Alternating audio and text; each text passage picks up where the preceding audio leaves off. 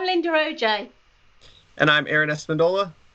Welcome to the next episode of the Next Gen Business Podcast. Let's go. The Next Gen Business Podcast is produced by the Small Business Community Network. Visit them online at www.sbcncanada.org.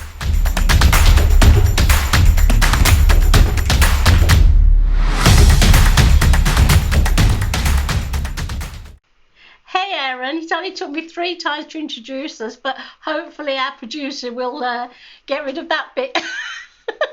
Oh, yeah. With all the edits and stuff, no, but our viewers aren't even going to notice, so it's going to be good.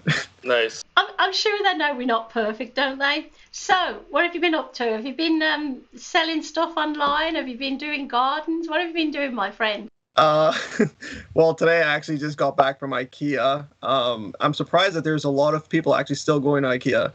You would think with all the COVID restrictions and all like the stay-at-home type of mentality that's being passed down right now, people would be at home, but the IKEA was actually pretty packed. So I wore a mask and I made sure that I stayed 6 feet apart from everyone. But it was really interesting to see a lot of people there, and you know how IKEA is.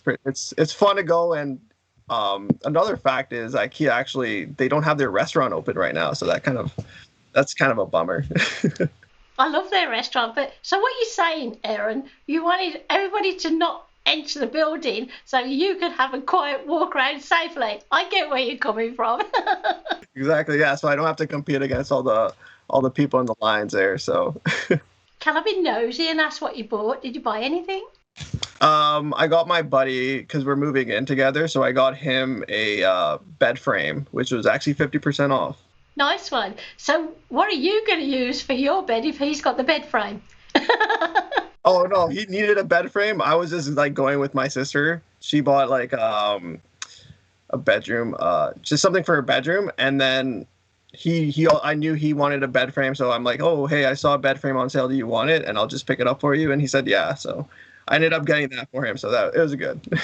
You are such a good friend. I love IKEA, but I'm not going anywhere until everybody's had their jab in their arm and everybody's safe, because I'm really nervous. So I'm telling you something. We've got the most amazing guest tonight, and as coincidence would have it, I think you guys may know each other, but this guy is one of my most favourite people because he said some nice things to me when he introduced himself to me, and I hope he was sincere. I'm sure he was. So it's the one and only Jacobe Ross, who graduated Conestoga College with a diploma, and then he flew all the way to Ireland to attend university there. Hey, Jacob. Hi, Linda. Thank you for having me, as well as you, Aaron. Nice seeing you again. So you guys kind of know each other from Conestoga College, I gather. Yes. Yeah. Crossed paths a couple times, and we had a couple classes together.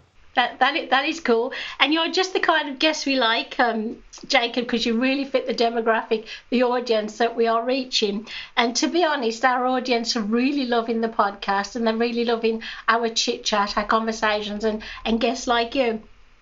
So basically, I guess the first question I'd like to ask you, and then I'll give Aaron a chance to ask you some questions.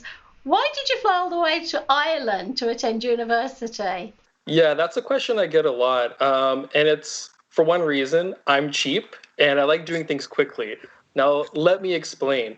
So here in Canada, if you get an advanced diploma, you can start working. If you wanted to upgrade that to a degree, you would have to then do a further 2 years of study at a Canadian institution. I didn't want to have to wait 2 years of school. I wanted to get working faster. So I saw that in Europe, they have partnership programs where you can take your advanced diploma, go to Europe, study for 1 year, and then they will give you a European degree. And at first I was like, ooh, do I want a European degree? I looked into it. A European degree is the equivalent to a Canadian degree. So I said, okay, if it's accepted here, if it costs less and I will, be in school for less time and I get to travel, this was before the pandemic hit, I thought it was a no-brainer. So I pulled the trigger in 2019 to spend the money, got all the flights, ready, and then COVID hit. and there's some interesting stories afterwards that I could talk about during COVID. That's pretty cool. Yeah. I was actually thinking about doing the upgrading my advanced diploma as well, but I didn't want to do another 2 years, and I didn't actually think about going to Europe to do that. So that's pretty cool. Did you have to like take the same, I guess, business management program over there, or was it like a generic business one or marketing or? They actually had a ton of options. So I could have done marketing, finance, management. I could have done other degrees that were, similar to business. And it's not just Europe. You can also go to Australia. So there's a plethora of options. I chose Ireland because it had the most specific degree that I wanted. And I made sure to look at the course breakdown for each program. And I really liked Ireland. I liked the school, and I liked the price point as well. Interesting. So is like for the price point, is it comparable to the Canadian universities, or is it like much cheaper? Like considering the fact that you have to go there, pay those expenses of just like traveling, being an international student. I don't know how that works, but So all in all, with your tuition, lodging, travel, and all that, it's going to cost you about 18,000 Canadian for an entire 9-month stay in Ireland. I think the average Canadian degree will cost you between $12,000 and $14,000 per year, depending on which school you go to. So it's pretty comparable, especially for being an international student. I thought that was really good because I know that international students that come to Canada, they'll spend 3 or 4 times the cost that we pay. So I thought it was worth it. It was more worth it because you shorten your time from 2 years to 1 year. That's a really big savings because potentially you could get a job that might pay $40,000, $50,000, $60,000, and then you get to work that whole year faster. That's more than going to pay any difference between a Canadian or an international degree cost. Did you find that transfer information on the Conestoga website, or did you have to go to each university? Depending on whichever one you're going to go to, and see if they would accept your credits? Yeah, that was actually the easiest process. There's a company here. I guess they should pay me because I'm about to shout them out. I'm kidding, of course, but I won't mention their name unless you want me to. But they're called Com Consultants, so KOM Consultants, and they did everything for me. They basically take a cut of the fee from whichever school gets me as a customer technically, and they did everything for me. I basically sent them my Conestoga transcript, and they took care of the rest. In about 4 or 5 weeks later, I heard back to the schools I applied to, and I got accepted.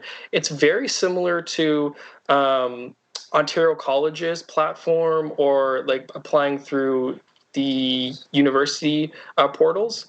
Super straightforward, and I technically didn't pay them. Like, it didn't cost me anything because they took a cut of obviously the university's tuition that I ended up paying, and they acted as a intermediary. They acted as the in-between person to help me with flights, help me with bookings and accommodations, gave me advice, and that was really helpful.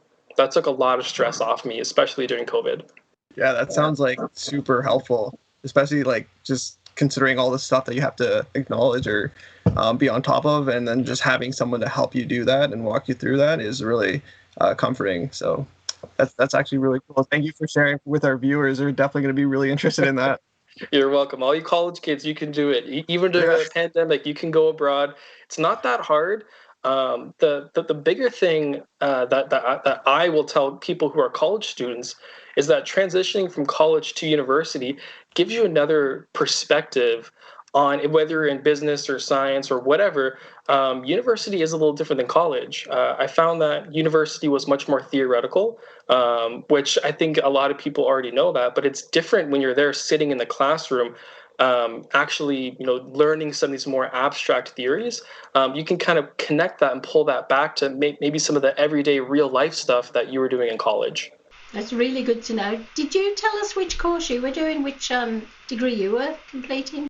Yeah, I took business management, and it's kind of a grouping between finance, HR, marketing. It kind of blends them all together, and I really like that because I like having a little bit of knowledge in every part of business. So that's me. Actually, you guys sound very much the same because when Aaron and I have talked about what he's doing, you sound very much the same. I got to ask you, how did you get on in Ireland in the lockdown? Because we locked down immediately because of COVID, or, how did it work? It was like being in a movie. Now, if you've watched the movie 28 Days Later, it's a zombie movie, okay? And so in that movie, there was nobody around, right? It was desolate other than zombies. Picture that experience as a North American. You're going to Europe for the first time. It's already a strange experience, seeing everything different, the different cars, food, architecture, and now get rid of all the people, get rid of all the interaction. I was walking around in this, 900-year-old city, and there's nobody around, and I'm all alone. No one knows you. No one technically cares about you because all your family is back home in Canada. And for about 3.5 weeks before my semester started, I arrived in September. My school began in the last week of September. I had 3 weeks, nothing to do, nowhere to go, couldn't travel anywhere. So I walked around the town, and it was a very sobering slash exciting slash Twilight Realm kind of experience. But eventually things got better. Even though things stayed in lockdown, you learned to occupy your time, whether it was through school, through learning on your own, watching the new Avengers stuff that's coming out on Netflix. You kind of have to stay busy. And one thing I took out of the experience was that you're going to do things and they're going to turn out a way you never expected, but you're still going to get something awesome out of it. With like COVID and the lockdowns and restrictions, I'm assuming they had those in Ireland as well. Did they make you do distance learning, so like online, or did you go they in did. class? Okay. Yeah, Was so that like semesters or just one? it originally it was very frustrating because they first told us, yes, you're going to be in class. We'll do smaller pods. So we did that for a few weeks, and then quickly as things got worse towards the end of October, they decided, hey, you're going to go back home, like stay there for a little bit for a few weeks until things get better.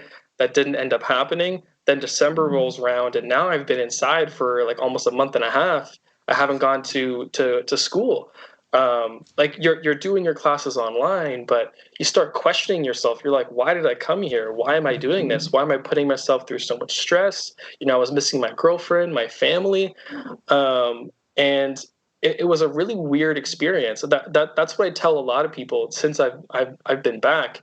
It makes you older. It ages you, but I also learned a lot about myself because it was kind of like being in prison a little bit. You learn to really process your thoughts and make your time efficient because you have nothing to do but time. Like obviously I had classes going on, but I don't want to brag, but they were a little easy because a lot of them were similar to my Canadian classes. So I wasn't really being challenged by university. So I was just being challenged by my environment and in my own time being there. Did you make friends though? Did you have friends? You lived in a house, I guess. Did you, or was it an apartment? Yeah, so I lucked out with my accommodation. Let me tell you, if you're going to travel anywhere, plan, plan, plan. I know I did. I spent about 4.5 months planning my place I was going to be staying. I looked at so many ratings, reviews, price points, and I got really lucky with my accommodation.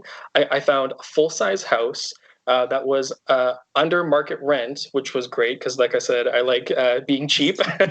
But more importantly, it only had 2 other people in the house, and it was a 4-bedroom house.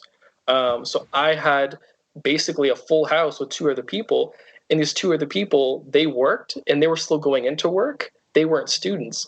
So again, I was in a house all by myself. It's really nice because I like to cook a lot. So I had like the free reign of an entire house, and that's great. If you've ever had a terrible roommate, you know how terrible that can be. My roommates were amazing. They were super friendly. I became good friends with them, and I did make friends with a couple other students who were locally in the town, who I had projects and assignments with. Funny enough, one of them was Canadian, and they were from Toronto, so I had a really good time being able to talk with her. Yeah. So did you see any of Ireland? I think you and I worked out as soon as you got there, didn't I? I said, I think you're an hour from Dublin. Did you go into Dublin at all? I went into Dublin. I never technically like explored Dublin. I just like transitioned through Dublin, going to and from the airport. I spent a lot of time exploring the town I was in. It's about maybe half the size of Cambridge. So I walked the entire town, basically going to every like corner street and looking at all the history of all the buildings. There's a half destroyed castle in the center of town, so that was cool to check out. And I did also get a chance to go to another town called Kilkenny. And I was able to, yeah, I went to Kilkenny for a day, and had a really good time there. That was just before Christmas, so all the Christmas markets were open. Everybody was excited to finally be outside. Other than that, I did make my own trips and excursions, hopping on a train when I was permitted to, and I traveled around. I never got to see the coast, which I was really disappointed about. I didn't get to see a lot of the mountains or any of the northern parts of Ireland. But I plan on going back. I can always go back, right? What a story, Aaron. Are you going to follow in his footsteps, do you think? I don't know. That's a little too adventurous for me. Yeah. I like to stay at home where I know where all the stuff are, right? Yeah. But I was wondering, so did you finish your semester, your year? When did you finish? It's a really weird system here, or back in Ireland. I'm gonna be honest. I was not expecting it. They don't do semesters. It's one continuous year. So instead of having like one block semester with 6 courses and then a break and then another 6 courses, you have 6 courses and that is it for the entire year. Yeah. So the subjects obviously will change. Like there's a lot of content to fit in there. So I'm technically still in my same semester, the first semester, and that's going to be ending in about 3 weeks. And then there's a 3-week exam period, and then I'll be writing my exams, and then I'm done. Have you given any thought to like any careers that you want to maybe pursue with your degree, or? Tons. I was giving thoughts to my career before I even started at Conestoga. I was planning, researching, looking at the best wages, locations. If you don't know, I'm a huge planner. I'm a big numbers guy, and I'm very much data driven when I'm making any choice. So for me, the career I'm looking at right now is either working as a commercial real estate appraiser. The nice thing about that type of job is that there's no pressure to sell. You're still a individual professional working on your own time, on your own clock, so to speak. It's a very difficult profession to get into. And the workforce right now is a aging workforce. The average appraiser is between the ages of 45 and 55, so they're going to be retiring soon. It's not a very attractive business to get in, but it pays very well. And I thought, hey, good pay, high demand, lower staff. I mean, this sounds like an industry that I could get into. If I don't end up going through with a appraisal course and doing all that work, I'm really leaning towards doing something involving personal finance, because I'm really into stock investing and trading, and possibly doing some sort of marketing or company that kind of works in that field as my own entrepreneur. That's really interesting. Jeez, yeah. It's a lot of. Did you end up talking to David Schefter? I think I introduced you. Did he actually get back to you? Yeah, we had a full hour and a half long conversation, actually. David was a financial advisor, and I ended up interviewing him because one of the requirements here for this degree was I write a dissertation. And my dissertation, I've based it on how social media affects investor behavior, investors being those who trade stocks. Aaron, you might have heard of the GameStop fiasco and how crazy that was. And what was really funny was that whole news event coincided perfectly with what I was writing my dissertation on. I couldn't have asked for a better thing to happen. It was like the planets aligned. And I interviewed David, and he gave me a lot of really good insights for me to kind of design my research, my survey questions. And I actually just finished my dissertation about a week ago. It's a 20,000 word monster. It's massive. But I'm really proud of it. And Aaron, if you're welcome to read it if that's something that you want. Oh, this is amazing. As Aaron knows, what we're trying to do is help people like yourself, like Aaron, at college, university, know the benefit of what you've been doing exactly, Jacob, planning, preparing, research, but also networking. So I introduced you to David. That is a form of networking. Aaron started meeting a lot of people as well as I have. Networking isn't just turning up to a boring event. It's getting help, for whatever it is you're doing in your job or at Conestoga. Let's be clear about this then. So you didn't finish the full time in Ireland. You came home early. Is that correct? Yes, that's correct. So did you lose out financially at all, or did it just even itself out? It did even itself out. I've saved money on rent, but it was quite expensive with flights, with having to pay for all the COVID tests, and that does add up. I ended up coming out ahead because rent and food costs are quite expensive. So that expense, not having to pay it, like I basically saved like about 4.5 months of expenses because I'm living at home for free. I've come out ahead. I've kind of been able to have my cake and eat it too, so to speak. Like I got to go to Ireland, got to have some experience. I got to see a little bit of the world, and then I got to come back here in Canada, and I get to finish it off online.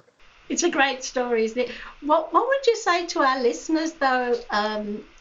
What advice would you give them? Would you advise them that wait till it's not a pandemic? Actually, we didn't know them. What kind of advice would you give them? Yeah, so this is something that is a little controversial, but I would tell them don't always follow the by numbers or the business canvas or like the perfect step-by-step guides that they tell you if you're going to business school or whatever. There are certain levers in this world now that you can push upon and use to growth hack your business or your success or in your own life.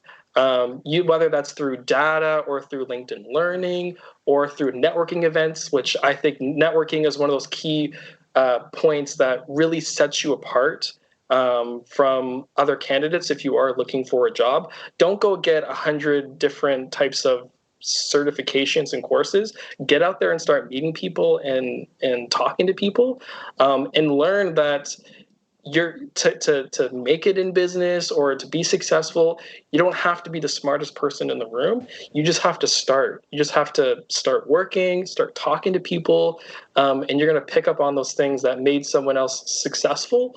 And often what I think you'll find, and this is what I'm experiencing talking with you, with David, and with other people, is that those people want to help you. They want to pull you up.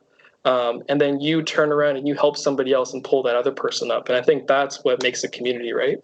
No, Jacob made some really good points. It's kind of interesting that in business school, at least what I could remember, they didn't really talk too much about actually networking. I think that's like one of those fundamental things that as a business person, you should always be open to meeting new people, new opportunities, and just being able to grow, because you don't know what's going to come from meeting someone, right? And as a business person, you should always like be open to that. And I just thought it was interesting that we had all these courses, but we didn't have one that was networking, one of the fundamentals of business. That drives me nuts. A lot of the colleges, sorry about this, but they say just attend one networking event and you'll get a little tick and you pass the course. And there's not much I can do about it without offending people, but just attending one networking event or just having one conversation on LinkedIn is not going to do it. You guys know what I'm going to say. It's about the relationships. This is how we've all built a relationship.